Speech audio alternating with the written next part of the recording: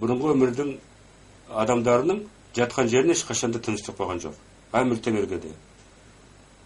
Петр патшаға да немістер Ленинградқа келгенде оның несін денесін неге алып кеткен? Туруханскқа, неге сол Сібірге. Кімдер? Совет үкіметтің адамдары немістің қолына түспесін деп. Анау Багратионың да жатқан жерін большевиктер взрывчатка салып жарып жіберіп, оның ордендарын, алмаз бар ордендарын тонап алған сонда. Соны коммунистер істеген. Деген әбден немістер жеткенде, сол Бородинский неге алаңға, олар оның сүйегін жинап, қайтадан орны салдырып, немістер? Жоқ, коммунистер. Соның арқасында сол жерде немістер тоқтады. Сол жерден соң кейін немістер алға бір аттам жырылған жоқ. Сол жақтан біздің қазақтың Панфилов дивизиясы сол жерден шабыс бастап Берлинге шейін қуып жетті. Аяғында біздің қазақ Қошқарбаев бірінші. Совет әскерінен Рейхстагқа көтеріліп, туын көтерді сол жерге. Ал мынандай сөз бар ғой халықта. Иә. Мынау 41 жыл соғыстың басталуы Әмір Темірдің қабірін ашумен сәйкес келеді деп. Ол сөзсіз. Ол неде бәрді қалды. Ол таспаға түсірілді. Оны тапқан анау Гуремир деген сол ғимаратта, зиратта үстінде көк тастар жатыр. Бірақ мейіттері жоқ. Сонда сол ғалым оның құпиясын ашты.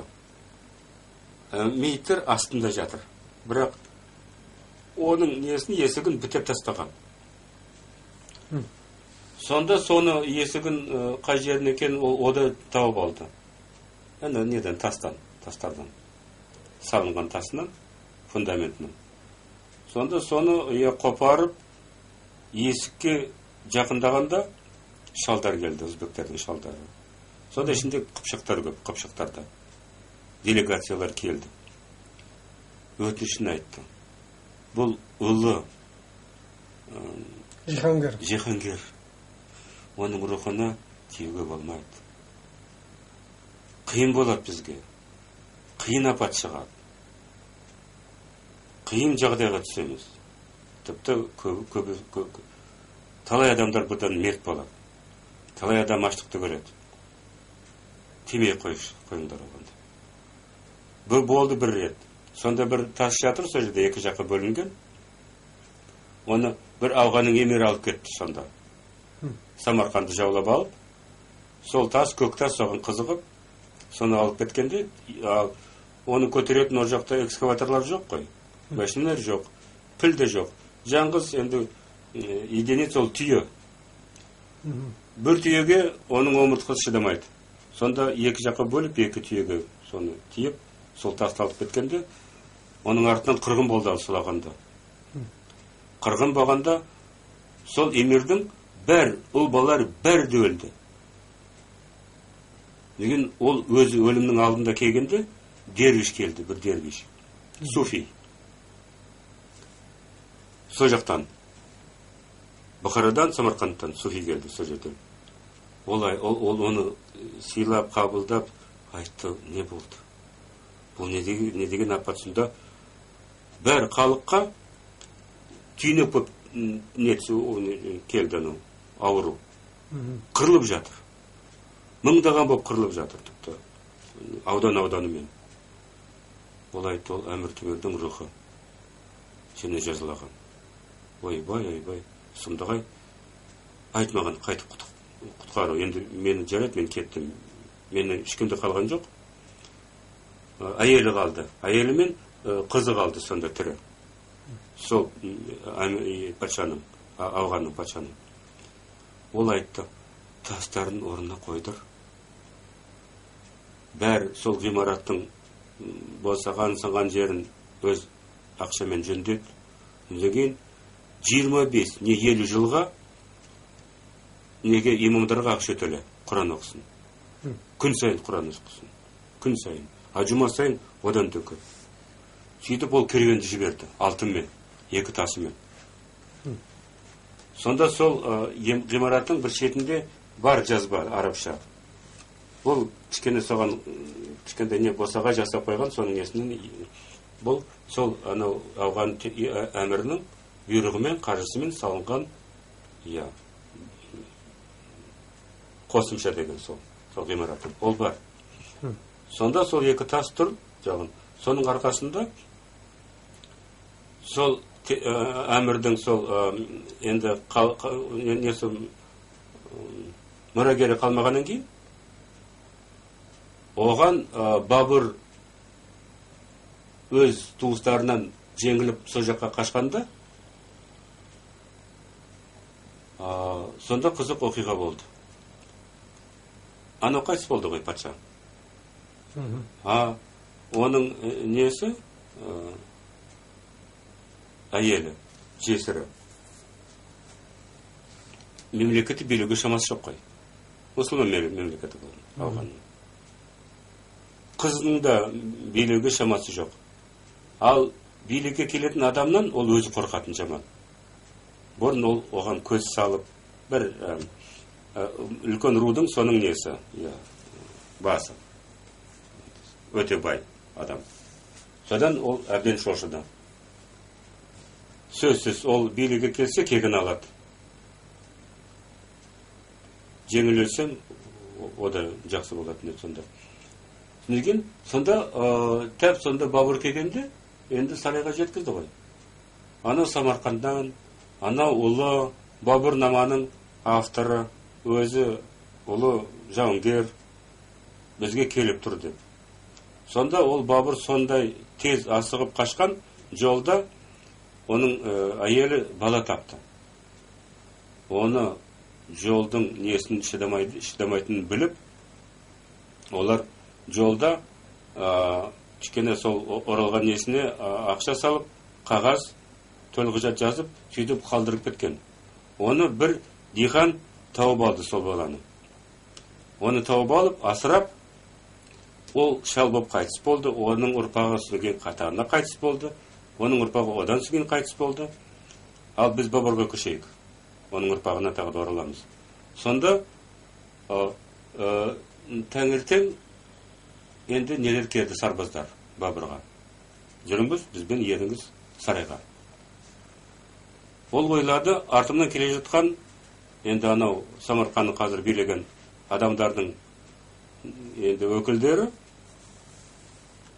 менің басымды сұрап отыр деген. Самарқанға апарып, соны жазалауға.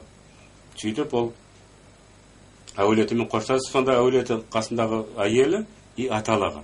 Екі адам қалды сонда жолдан. Қалғандар бәрі қашып кетті. Бәрі қасындағы адам бұрынғы ұлы Бабырдың. Қоштасып, жаңа киім өзі тазаланып, дәрет алып, жаңа киімді киіп, бәр тажын несін бәрін енді киіп, енді өлсем, енді өз дәрежемде қайтыс болайын, қарапайым адам емес деп сөйтіп. Шықты жолға. Анаулар үндемейді. Ертіп келді арқаға, арық дейді сонда.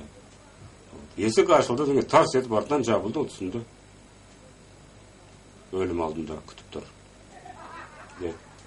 Сөйтіп кірсе, есік ашылды, сарай. Шет жақтан тұр. Нелер? Бектер.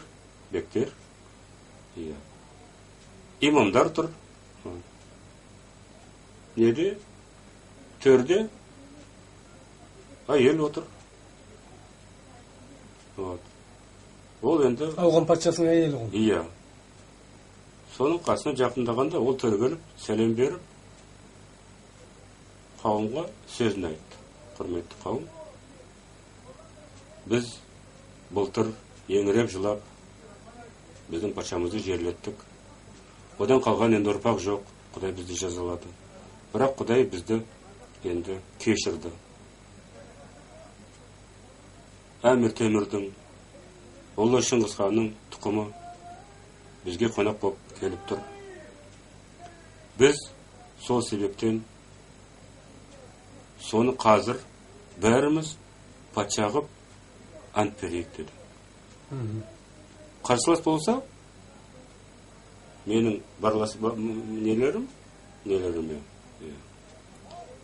әскерлеріме бұйрық берілген,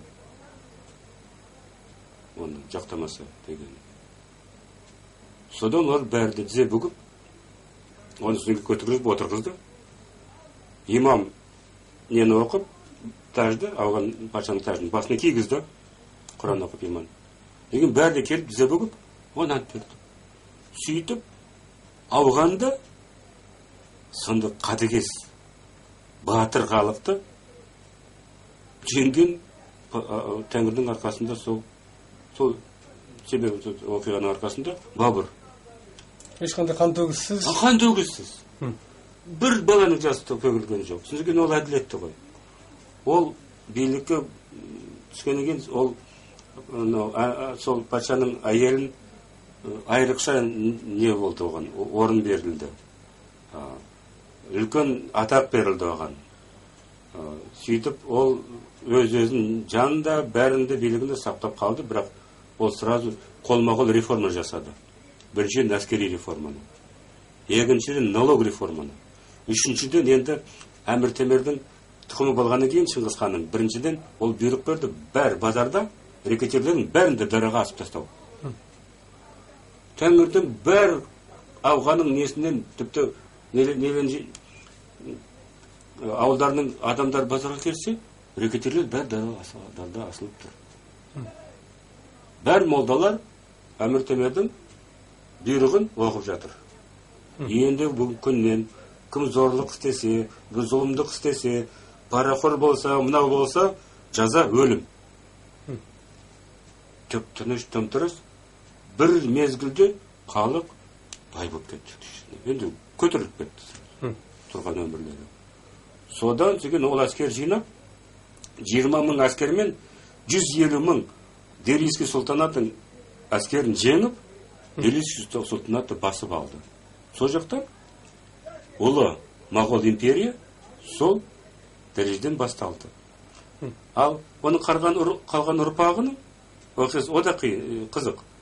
Сонда қалған. Сонда Қоқан Темірінің сонда 18 ғасырда орыс әскерлері Әулие-атаны уже жаулап жатыр.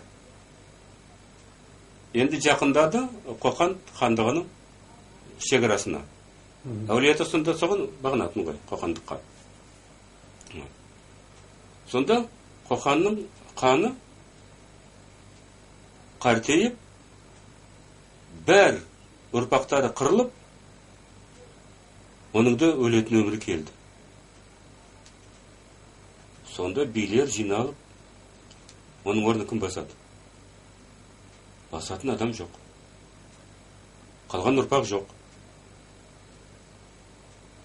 Қиын уайымда отыр, ойда. Сонда бір шал бір айтыпты. Ей, анадағы Бабырдың бір тұқымы қалып еді. Оның біздің кітаптарымызда, налоговый кітаптар білме, бар ма жоқ па деп. Бәрі кітаптар көтеріп қараса, тапты. Тапты анадағы оқиғада, анау диқан бір баланы теріп алып, жолдағы. Соны тәрбиелеп, асырап, оған деген ат беріп, деген ол анау налоговый кітаптарға аты түсті. Ат түскеннен кейін ол сөзсіз. Оның баласының баласы, оның баласының баласы қазір тәп сол диханның жерінің иесі. Кішкентай бірнеше фарсақ дейтін жерінің иесі. Соған ат мінген адамды жіберді. Олар тіпті түсінбейтін диханды қолтықтан ұстап, атқа мінгізіп, зымырап, артқа апарып тастады. Ол ешқашанда ол Бабырдың тұқымы екенін деп сезген де жоқ. Бірнеше не өтті, оны жойылдады. Бәрі сол өгей әкесінің несін атын пайдаланып, сөйтіп жазылды ғой кітапқа. Сөйтіп ол зымыратып, тез жүгіріп, тәп неге апарды, тәп соның Бабырдың оқиғасы оралды. Бектер тұр, имамдар тұр. Анау кәрі не отыр? Қоқандың емірі. Уже отыр емес, уже әлсіреген шал отыр. Сол сөз сөйлеп, енді мені Құдай атып, біз ұрпағым бәрді өлді, белгісіз өлімнен Құдай жазылады бізді, мен жазылған шығар. Бірақ Құдай сақтады бізді, Тәңір сақтады. Әмір Темірдің, Бабырдың ұрпағы қалды біздің арасымызда. Вот сол еме боп сайланды деп, сол қарапайым адам диқан еме болды. Бірнеше жылда сол еме боп, деген орыстың әскерлері кіргенде төңкеріспеп ол қайтыс болды, қаза тапты. Мінекей. Карма. Мінекей. Сонда сол коммунистер сол Әмір Темірдің аяғында кейін 20 маусымның айында 20 жылдызында олар сол қазбаны бастады. Ашып Әмір Темірдің жатқан несін құбырын ашып, оның мейтін суретке түсіріп, фотоға түсіріп біткеннен кейін, енді күн таңертең кейін 22-ші неде сол маусымда соғыс басталып кетті. Тап соның түнінде олар күндіз түнге бітті жұмысы. Сол түнде сағат 4-те, 3-те сағатта сонда сол соғыс басталды. Аға сонда егер Темірдің қабіріне тимесе отан соғысы басталмауы мүмкін бе? Басталмауы мүмкін. Бәрін бастайтын адам ғой, Гитлер. Оның ойы болатын Англияны басу. Бәрі Европаны басып алды, бірақ әр екі жақта да әскер тұрды. Сонда ол өзі мінезі шатақ адам болатын. Бұйрық берсе Англияға басуға, кіруге орындайтын еді сөзсіз. Вермахт оны. Бірақ ол Совет өкіметі шабуыл беруге бұйрық берді, содан соғыс басталды. Әмір Темірдің құбырының несіне тимесе, мүмкін соғыс болмайтын еді. Сонда Әмір Темірдің анау жатқан жерінің ашылғаны соғысқа қосымша болса да, Лермонтовтың өмірінің оқиғасы, о да қосымша өте қызық, өте қиын тағында бір жағынан. Лермонтов 1814 жылда өмірге келді ғой. 1841 жылда қайтыс болды. Сонда оның 100 жылдығы келгенде, туған күніне, патша үкіметі бір үлкен неге дайындалды. Тамыз айында мерекеге. Бірақ мереке орындалған жоқ. 14 жылда, 1914 жылда бірінші бүкіл одақ жер дүниенің соғысы басталып кетті. Маусым айында.